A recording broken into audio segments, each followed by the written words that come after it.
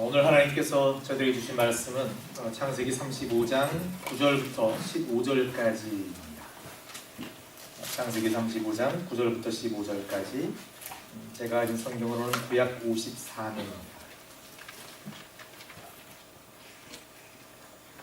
찾으신 줄 알고 제가 한 절, 우리 성도님께서 한 절 나누어서 큰 소리로 받들어 읽겠습니다. 창세기 35장 9절부터 15절까지. 야곱이 밧단 아람에서 돌아오매 하나님이 다시 야곱에게 나타나사 그에게 복을 주시고 그에게 이르시되 내 이름이 야곱이다마는 내 이름을 다시는 야곱이라 부르지 않겠고 이스라엘이나 내 이름이 되리라 하시고 그가 그의 이름을 이스라엘이라 부르시고 그에게 이르시되 나는 전능한 하나님이니라. 생육하며 번성하라. 국민과 많은 국민이 내게서 나고 왕들이 내 허리에서 나오리라. 내가 아브라함과 이삭에게 준 땅을 내게 주고 내가 내 후손에게도 그 땅을 주리라 하시고 하나님이 그와 말씀하시던 곳에서 그를 떠나 올라가시는지라. 야곱이 하나님의 자기와 말씀하시던 곳에 기둥 곧 돌기둥을 세우고 그 위에 전제물을 붓고 또 그 위에 기름을 붓고 함께 읽겠습니다. 시작. 하나님이 자기와 말씀하시던 곳의 이름을 베델이라 불렀더라. 아멘. 저희들은 이제 야곱에 대한 이야기를 정리할 때가 되었습니다.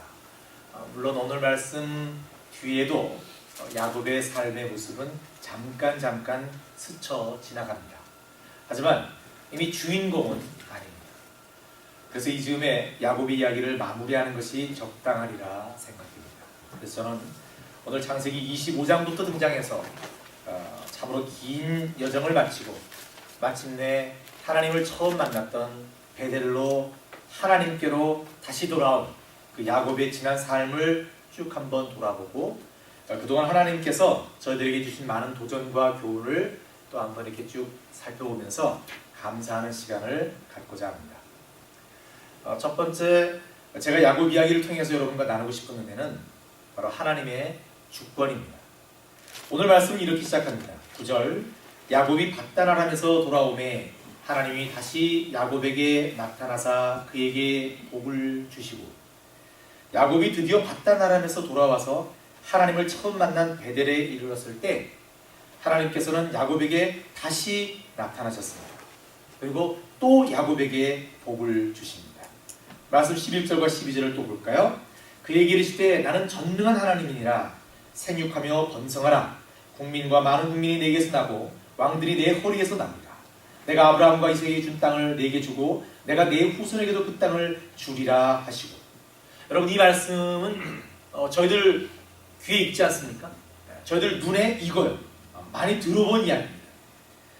아담으로부터 시작돼서 노아, 아브라함, 이삭으로 이어지는 하나님께서 계속해서 하나님께서 지으신 사람에게, 그 사람에게 사랑과 은혜를 주시겠다는 강조하시는 약속의 축복의 말씀입니다. 물론 야곱도 오늘 이 약속을 예전에 받은 적이 있습니다. 창세기 28장 13절 14절. 또 본즉 여호와께서 그 위에 서서 가라사대 나는 여호와니 너의 조부 아브라함의 하나님이요 이삭의 하나님이라. 너 누운 땅을 내가 너와 네 자손에게 주리니 네 자손이 땅의 티끌같이 되어서 동서남북에 분만할지며 땅의 모든 족속이 너와 네 자손을 인하여 복을 얻으리라. 아멘. 야곱을 처음 만나 주셨을 때 하나님께서는 똑같은 이 약속을 해 주셨습니다. 이렇게 하나님께서 택하신 하나님의 자녀, 하나님의 백성들에게 늘 큰 복과 은혜를 주시는 분이시고 또 이 약속을 신실하게 지키시는 분입니다. 이것은 다시 말해서 하나님의 자녀의 백성들의 삶은 결국 전적으로 하나님의 주권에 달려 있다라는 얘기입니다. 하나님의 그 사랑과 그 은혜 가운데 있다라는 것입니다. 하나님께서는 야곱이 어떤 위기와 상황에 처했다 하더라도 어떤 잘못을 범했다 하더라도 아무리 하나님과 멀어졌다 하더라도 결국 야곱을 다시 찾아가셔서 일으켜 세우시고 회복시키시고 다시 하나님 앞으로 돌아오게 하시고 복을 주셨습니다. 마찬가지로 하나님께서는 저희들에게도 똑같이 하십니다. 저희들의 삶 역시 하나님의 주권에 달려있기 때문입니다. 그리고 그 하나님의 주권은 저희들을 하나님의 자녀로 사랑해 주시고 복 주시고 지키시고 마침내 하나님 나라에까지 가서 함께 거하며 하나님과 더불어 영광스러운 삶을 살게 하시는 것까지 포함되어 있습니다. 그러기에 저희들의 삶이 저희들이 주인이 아니라 하나님의 주권에 달려있다는 이 사실이 얼마나 감사한지 모릅니다. 저희들은 바로 저희들을 향한 하나님의 이 놀라운 사랑을, 하나님의 주권을 야곱의 삶을 통해서 충분히 짐작할 수 있고 다시 한번 그 놀라운 하나님의 그 사랑을 찾아볼 수 있었습니다. 두 번째 야곱 이야기를 통해서 저희들이 나눠야 할 은혜는 야곱과 같은, 아니 더 솔직하게 저희들같이 부족하고 모자라고 악한 사람들이 그래도 하나님의 은혜에 거할 수 있다는, 그래도 하나님께서 사랑해 주신다는 것을 야곱을 통해서 깨닫게 됐다는 것입니다. 솔직히 저는 성경의 야곱과 같은 인물의 삶과 하나님과의 관계라는 말씀이 이렇게 많은 분량 소개되고 있다는 것에 큰 위안을 얻은 적이 있습니다. 여러분, 성경은 그야말로 하나님을 만난 사람들의 이야기를 쭉 풀어놓은 것이라고 쉽게 말할 수 있습니다. 저희들이 알다시피 성경에는 창세기부터 신약에 이르기까지 수많은 믿음의 선진들이 나오고 있습니다. 그리고 그들의 삶에 역사하시고 간섭하신 하나님의 그 이야기들, 성령님의 그 은혜의 사랑의 이야기들이 쭉 기록되어 있습니다. 그리고 그 사건과 사실들이 바로 오늘을 사는 저희들에게 큰 교훈이 되고 가르침이 되고 도전이 되는 것입니다. 그래서인지 성경에 기록된 대부분의 인물들의 삶은 평범하지는 않습니다. 조금은 좀 특별하고 조금은 저희들이 흉내내기가 쉽지가 않습니다. 그들의 하나님을 향한 믿음과 사랑, 열정은 저희들이 따라가기가 정말 어렵습니다. 예를 들어서 여러분, 저희들은 노아처럼 100년 이상 그렇게 그 오랜 시간 동안 그렇게 배를 짓고 있을 수 없을 것입니다. 저희들은 10년도 기다리기 힘들 것입니다. 아브라함과 같이 자기가 가장 사랑하는 그 무엇을, 자식을 하나님께 드린다는 생각 하기 쉽지 않을 겁니다. 모세나 여호수아 같이 강인함과 그 훌륭한 리더십을 저희들은 간직하기 쉽지 않을 것입니다. 다윗과 같은 하나님을 향한 사랑을 과연 나도 할 수 있을까? 그런 의문이 들 때가 참 많습니다. 그런데 이러한 인물들과는 달리 야곱을 저희들이 쭉 살펴봤을 때 야곱은 좀 다르다는 것을 저희들이 발견하게 됩니다.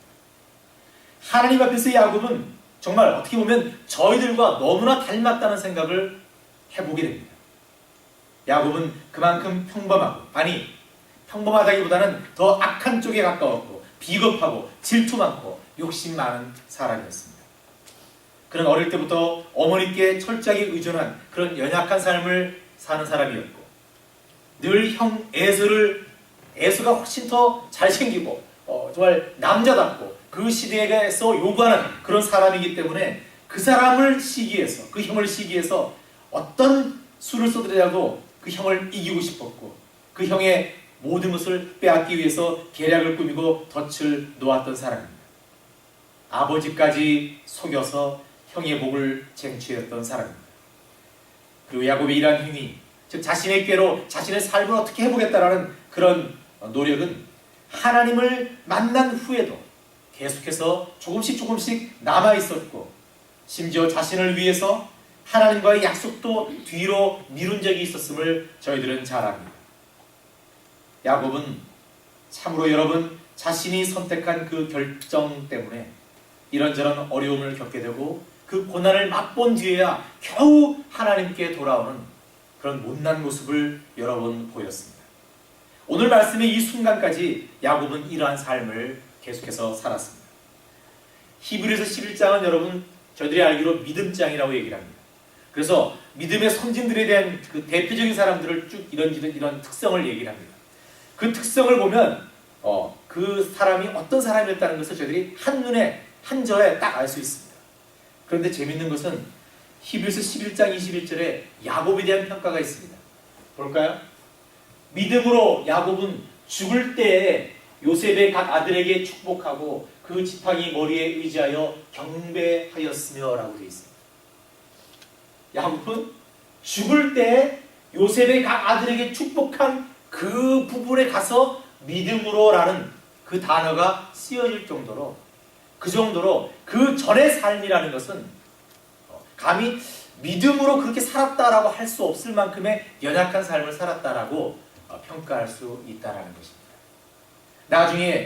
나중에 야곱은 그 자식들에게 또 요셉의 자식들에게 축복하면서 이 축복이 하나님으로부터 내려오는 것이고 이 축복이 자손에게 대대로 내려가는 것이 얼마나 중요한 것인지, 그리고 반드시 내려갈 것임을 믿게 되었다라는 것입니다.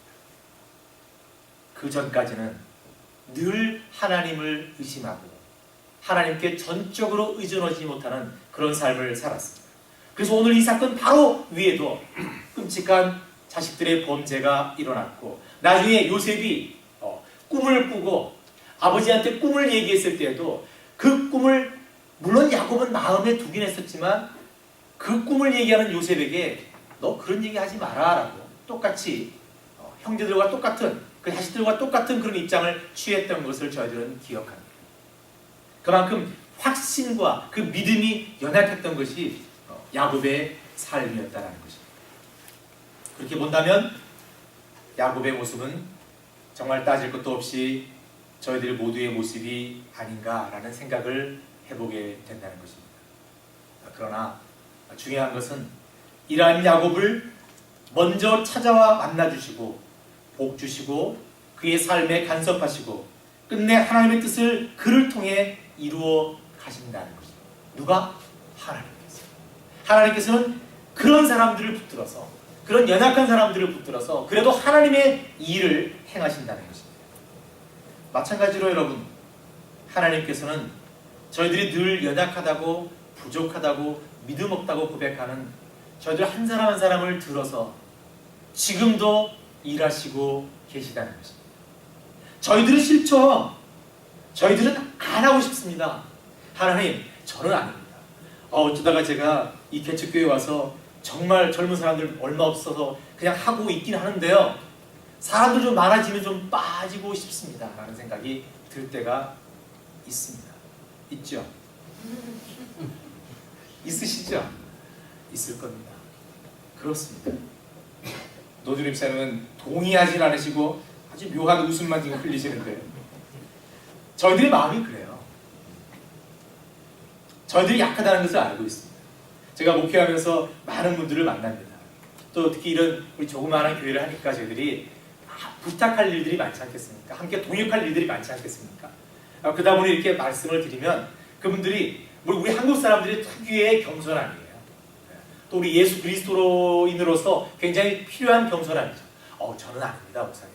저는 아직 준비가 되지 않았습니다. 저는 할 수 없습니다. 이런 말씀들을 만나서 얘기를 해보면 거의 90% 이상이 이렇게 말씀하십니다. 그 겸허함과 겸손함은 굉장히 아름답습니다.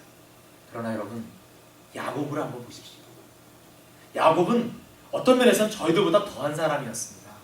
더 부족하고 더 모자라는 사람이었습니다.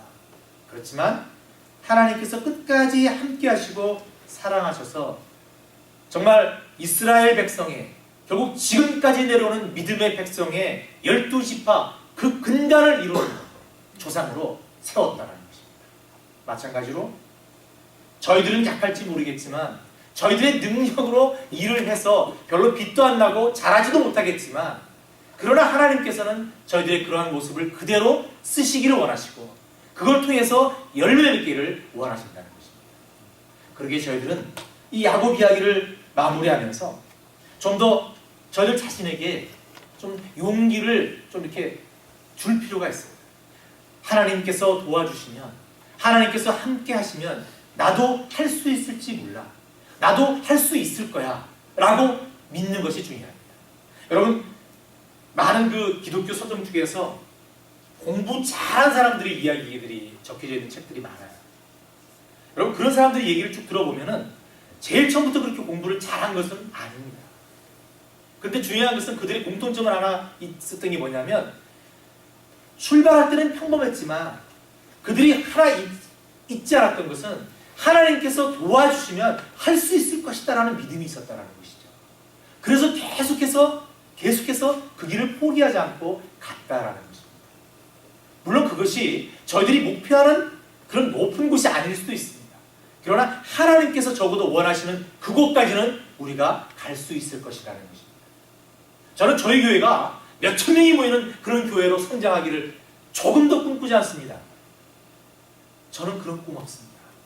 그러나 제가 꿈꾸는 예수사랑 교회는 적은 수가 모였다 할지라도 그 예수사랑 교회 성도들은 늘 하나님 말씀에 붙잡혀 있고 날마다 큐티하며 하나님 말씀을 묵상하는 사람들이고 날마다 하나님의 은혜를 사모하는 사람들이다. 그리고 한 사람의 영혼이라도 혹시나 나를 통해서 구원할 수도 있지 않을까라는 그 소명을 절대 잊지 않는 사람들이다. 바로 그런 사람들이 모인 곳이 예수사랑 교회다. 그거면 됐다라는 것입니다. 수가 중요한 것이 아닙니다. 화려한 빌딩이 중요한 것이 아닙니다. 저희들 한 사람 한 사람이 하나님 앞에 겸손함으로, 그렇지만 하나님께서 쓰시면 감히 써주십시오라는 그런 당당함으로 나아갈 수 있는 그런 성도들이 되면 됐다라는 것이죠. 여러분, 저 같은 사람도 목회하고 있습니다. 저 같은 사람이 어떻게 감히 목회를 합니까? 저는 모태신앙도 아닙니다. 어디서 이런 성경 공부를 지독하게 배운 적도 없습니다. 저는 PhD도 없습니다. 아무것도 없습니다. 여러분. 다른 사람들과 비교하지 마십시오. 그 목회자들과 비교하지 마십시오. 비교가 안 됩니다. 그런데 하나님께서 함께 해주셔서 감히 종의 길을 가고 있습니다. 저는 자신있게 저의 모습을 여러분께 드러내고 싶습니다. 이런 사람도 하나님께서 쓰시는데 어떻게 여러분을 쓰시지 않겠느냐.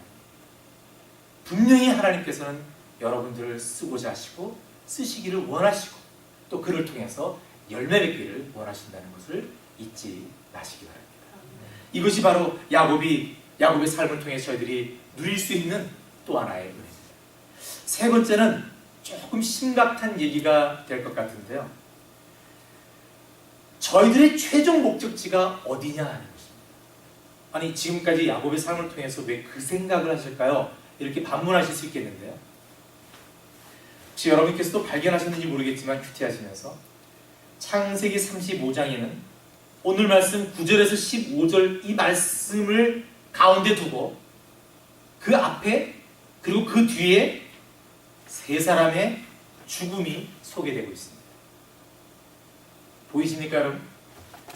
첫 번째는 오늘 말씀 바로 앞 8절에 리브가의 유모 드보라가 죽음에 그를 베델 아래 상수리나무 밑에 장사하고 그 나무 이름을 알론 바굿이라 불렀더라라는 말씀이 있습니다. 리브가의 유모의 죽음입니다. 여러분, 리브가는 하란을 떠나올 때, 그러니까 리브가가 이삭의 아내로 택함받아서 떠나올 때 같이 온 사람이 바로 유모 드보라예요. 함께 왔었어요. 그리고 리브가와 함께 살았어요. 근데 리브가는 안타깝게도 야곱이 라반에서 외삼촌 밑에서 일할 때 그 20년 동안에 세상을 떠나고 말았습니다. 그리고 드보라 유모만 남았죠. 근데 그 드보라 유모가 리브가가 정말 특별하게 사랑했던 야곱에게 가고 싶었던지 몰라요. 그래서 어떻게 하든 드보라가 야곱에 함께 합류해서 함께 살았던 것입니다. 야곱은 리브가 어머니를 너무너무 사랑했었고 자기가 떠나 있는 동안 리브가 어머니가 돌아가셨다는 것을 알았기 때문에 그 사랑하던 드보라를 더욱더 섬기며 모시며 사랑하며 살았을 것입니다. 그런데 그 사랑하던 드보라가 이제 죽었습니다. 야곱은 상수리 나무 아래 장사 지내고 그 나무를 알론 바굿이라 불렀습니다. 알론 바굿의 뜻이 뭡니까? 이것은 통곡의 상수리 나무예요. 통곡의 상수리 나무. 그러니까 야곱이 이 드보라가 죽었을 때 얼마나 슬퍼했는지를 저희들이 짐작할 수 있는 것입니다. 그만큼 어머니 리브가에 대한 회한이 겹쳐졌기 때문에 그럴 수 있을 것입니다. 두 번째 죽음은 말씀 16절부터 20절까지 바로 라헬의 갑작스런 죽음입니다. 라헬은 안타깝게도 야곱이 정착할 땅을 목전에 두고 베냐민을 낳다가 그 산고로 죽었습니다. 야곱이 7년, 아니 무려 14년의 기나긴 노동 시간을 수일같이 보낼 정도로 사랑했던 여인입니다. 야곱이 사랑한 한 여인이 누구냐? 두말할 것도 없이 라헬입니다. 그런데 그 라헬이 세상을 떠났습니다. 그리고 마지막으로 오늘 말씀 뒤에 28절 29절 야곱의 사랑했던 아버지 이삭이 죽습니다. 야곱은 30년 이상 아버지를 찾아뵙지 못했습니다. 지금 당장 자신의 문제를 해결하고 살아가는 데 바빴던 것입니다. 그리고 결국 어떻게 해서 아버지를 찾아왔는데 오늘 말씀 뒤 29절을 보시면 이삭이 나이 많고 늙어 기운이 지남에 죽어 자기 열조에게로 돌아가니 그 아들 에서와 야곱이 그를 장사하였더라. 야곱은 겨우 아버지를 만나자마자 장사를 지나게 되었다는 것입니다. 이렇게 35장에는 세 죽음, 즉 야곱이 특별히 사랑했던 세 사람의 죽음 이야기가 하나님을 만난 그 장면에 겹쳐져서 등장합니다. 유모 드보라의 죽음, 사랑하는 아내 라헬과 아버지 이삭의 죽음은 야곱에게 참으로 많은 것을 생각해 했을 것입니다. 야곱은 비로소 자신이 지금까지 치열하게 살아온 그 인생이 결국 아무것도 아니었음을 깨달았을 것입니다. 마치 가장 풍족하고 가장 화려하게 살았던 솔로몬이 인생의 만년에 이런 말을 했죠. 전도서 1장 2절에서 4절. 여러분 잘 아시는 말씀이에요. 전도자가 가로되 헛되고 헛되며 헛되고 헛되니 모든 것이 헛되어도 사람이 해 아래서 수고하는 모든 수고가 자기에게 무엇이 유익한고 한 세대는 가고 한 세대는 오되 땅은 영원히 있도다. 어쩌면 야곱이 이제 바로 이런 생각을 하게 되었는지는 모릅니다. 즉 하나님께서 흙으로 지으신 존재는 결국 흙으로 돌아가고 하나님으로부터 온 자들은 하나님께로 돌아간다는 것을 야곱은 깨달았을 것입니다. 그러기에 지금 자신이 살고 있는 이 삶보다 더욱 가치 있고 아름다운 하나님과 함께하는 영광스러운 삶에 대해서 야곱은 어렴풋이 소망을 갖게 되었을 것입니다. 여러분 저희들이 구약을 읽다 보면은 자주 만나게 되는 익숙한 구절이 하나 있습니다. 오늘 잠깐 살펴본 29절 말씀에도 있었는데요. 그것이 뭡니까? 자기 열조에게로 돌아가니라 라는 말씀입니다. 여러분 이 말씀은 계속 나오죠. 누가 죽으면 계속 나와요. 이 표현은 아브라함의 죽음을 묘사할 때도 사용되었고 이삭에게도 앞으로 야곱과 그 후손들 모두에게도 그대로 표현됩니다. 이것은 다시 말해서 사람은 육신의 죽음이 인생의 완전한 끝이 아니라는 것을 얘기하는 것입니다. 죽음은 오히려 또 다른 세계로 들어가는 시작이요 통로임을 보여주는, 그것을 암시하는 강한 내세관을 보여주는 그런 말씀이라는 것입니다. 야곱 역시 사랑하는 사람들이 떠나는 것을 보면서 더욱 하나님을 바라보게 되었고 하나님께로 돌아간다는 것이 어떤 의미인지를 생각하게 되었을 것입니다. 오늘 말씀에 하나님께 제단을 쌓는 이 장면에서, 하나님께서 복 주시는 이 장면에서 그 주의를 야곱이 사랑한 세 사람의 죽음이 이렇게 툭툭툭 이렇게 편집된 것은 결코 우연이라고 볼 수 없습니다. 저희들 잘 알다시피 성경은 저희들을 향한 하나님의 궁극적인 구원, 즉 저희들을 죽을 수밖에 없는 상태에서 십자가를 통해 살리셔서 하나님의 영원한 복된 삶을 살게 하는 그 의지를 하나님께서는 야곱을 통해서도 선포하시고 싶으셨던 것입니다. 그야말로 하나님의 구원 역사의 한 모형을 오늘 말씀 그 주위의 세 사람의 죽음을 통해서 저희들은 짐작해 볼 수 있다는 것입니다. 그렇다면 저희들은 야곱의 삶을 통해서 무엇을 깨달을 수 있습니까? 가장 중요한 것은 야곱이 전심전력을 다해 살았던 그 삶이 결코 끝이 아니라는 것을 저희들도 알아야 한다는 것입니다. 야곱이 가지려고 했던, 소유하고 싶었던, 이루고 싶었던 그 많은 것을 다 이루었다는 것이 다가 아니라는 것입니다. 그 현실적인 풍요와 채움과 얻음이 궁극적인 하나님의 복은 아니라는 것입니다. 야곱은 지금 이 상태로 본다면 모든 것을 가진 것 같습니다. 죽을 뻔한 위기에서도 몇 번이나 건진받고 모든 것이 이제는 평안해진 것 같습니다. 재산도 많은 것 같습니다. 자식들도 이제는 평안해진 것 같습니다. 한숨 돌리고 고향으로 와서 떵떵거리며 살 수 있을 것 같습니다. 그런데 바로 이 순간 자신이 사랑했던 모든 사람들이 자신을 떠나서 하나님께로 돌아갔습니다. 여러분, 저희들의 삶도 야곱의 삶과 비교할 때 크게 다르지 않습니다. 저희들도 야곱이 그랬던 것처럼 지금까지, 그리고 지금도 하루하루 마주하는 문제들을 풀어가기 위해서, 또 무언가 소유하고 싶었던 것을 소유하기 위해서, 목표하거나 소망한 것들을 성취하기 위해서 각자 참으로 치열한 삶을 살아가고 있습니다. 그래서 저희들은 가끔 아주 중요한 진리를 잊어버리고 살 때가 있습니다. 그것은 저희들이 살고 있는 지금 이곳, 이 상황이 끝이 아니라는 것입니다. 저희들에게는 지금의 삶보다 더 아름답고 영광스러운 삶이 기다리고 있다는 것을 저희들은 잊지 말아야 합니다. 그리고 저희들은 감사하게도 그 복된 삶을 예수 그리스도를 믿음으로 말미암아 이미 받았다는 것을 감사해야 한다는 것입니다. 하나님께서는 이미 저희들 모두를 온전하게 구원하셨다는 것입니다. 여러분, 이것이 저희들 삶에서 가장 중요한 것입니다. 오늘 저희들은 야곱의 삶을 정리해보면서 야곱을 통해 하나님께서 저희들에게 주신 은혜와 가르침을 몇 가지 살펴봤습니다. 그것은 첫째, 야곱의 삶을 나기 전부터 끝까지 하나님께서 주장하신 것처럼 저희들의 모든 삶 또한 하나님의 주권에 달려있다는 것입니다. 바로 이것이 또 저희들에게 큰 복이라는 것입니다.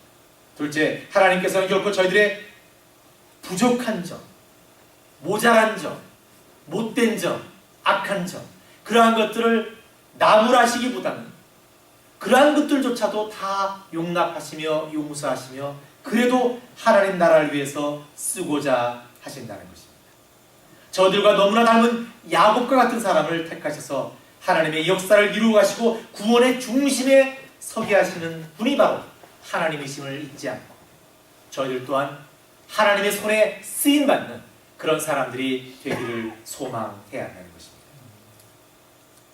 저희들의 부끄러움을 한탄하기보다는 저희들이 못났음을 그렇게 의기소침해 있기보다는 어쩌면 나도 쓰실지 몰라라는 그런 아주 여린 믿음이라도 굳건하게 붙들고 하나님의 쓰임에 동참해야 한다는 것입니다. 세 번째, 야곱이 미친 듯이 현실의 급급한 삶을 살아가다가 만년에 이제 다 이뤘다라고 생각했을 때 자신의 주위에 사랑하는 사람들이 다 떠나간 것을 보았던 것처럼 저희들이 소망을 갖고 저희들이 더욱 사모해야 될 것은 지금의 삶이 아니라 예수 그리스도를 통해 이미 얻은 영원한 생명과 영원한 하나님 나라임을 저희들은 잊지 말아야 한다는 것입니다. 아무쪼록 저희들 모두 야곱의 지난 삶을 한 10장 정도를 거쳐서 저희들이 쭉 살펴봤는데 그 야곱의 삶을 바탕으로 여러분 저희 각자가 하나님께서 주신 야곱을 통한 도전이 있으시리라 믿습니다. 다른 사람도 아니고 야곱입니다. 그러기에 여러분 그 야곱의 삶을 바탕으로 얻게 된 그 도전과 그 교훈을 여러분의 가슴판에 잘 새기시고 더욱더 열심히 예수님을 전하고 영원한 생명을 전하는 그런 귀한 소명을 잘 감당하는 저희들 모두가 되기를 간절히 바랍니다. 위하여 지금 이 자리에 계신 모든 분들이 하나님 나라에서 하나님의 복을 차고 넘치게 받는 그 즐거움에 참여하게 되기를 간절히 소망합니다. 기도하겠습니다. 하나님, 야곱의 삶을 통해서 저희들의 부족함을 다시 한번 돌아보게 하시고 그러나 그 부족한 삶을 하나님께서 간섭하시고 역사하셔서 하나님의 구원의 역사에 쓰셨음을 저희들이 다시 한번 깨닫게 하시고 저희들 또한 하나님께서 지금 이 시간에도 이 시대에도 쓰시고자 하신다는 그 하나님의 소망을 저희들이 깨닫게 하시니 감동 감사합니다. 하나님, 이제 그러하오니 저희들이 하나님께 순종하며 나아가겠습니다. 이 예수사랑교회가 순종하며 나아가서 하나님께서 이 교회를 통해서 저희들을 통해서 이루고자 하시는 그 뜻을 이룰 수 있도록 저희들이 최선을 다하겠습니다. 하나님 함께해 주시옵소서. 하나님, 저희들이 정말 가치를 둬야 할 것은 하나님께서 저희들에게 이미 주신 예수 그리스도를 통해서 이미 선물해 주신 그 영원한 생명임을 저희들이 잊지 않도록 도와주시옵소서. 저희들의 가치관이 바로 거기에 있어야 함을 저희들이 잊지 않고 살아갈 수 있도록 도와주시옵소서. 그리하여 참으로 자잘하고 참으로 속된 그런 여러 것들을 저희들이 당당하게 제하고 놓을 수 있는 저희들 그런 삶 살 수 있도록 함께해 주시옵소서. 우리 주 예수 그리스도를 받들어 기도드립니다. 아멘. 성령이여 임하소서.